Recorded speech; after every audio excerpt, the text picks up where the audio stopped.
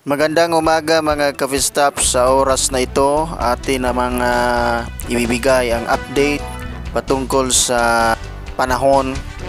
Araw ng Sabado, October 26, 2024 mga ka-Vstop.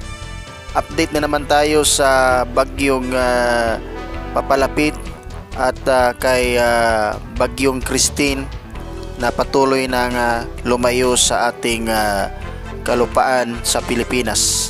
So sa ngayon si Christine mga ka-Vstop ay nasa 535 kilometers west of Bacnotan, La Union.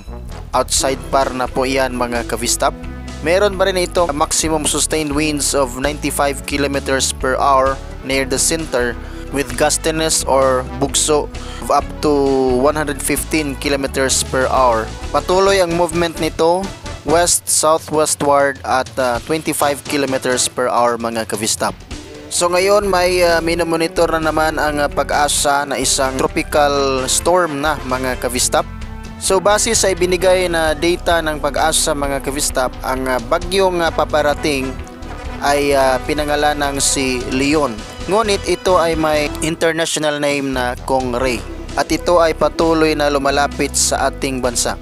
May chance na ito ay tumama pero mas malaki ang tsansa na hindi ito tatama mga ka-Vstop. Pero patuloy pa rin ang ating pag-iingat pang tayo po ay palaging safety sa sitwasyon ng ating panahon.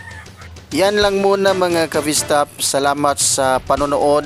Salamat sa oras na iyong ibinigay. At huwag kalimutang mag-subscribe, mag-like sa ating video at God bless.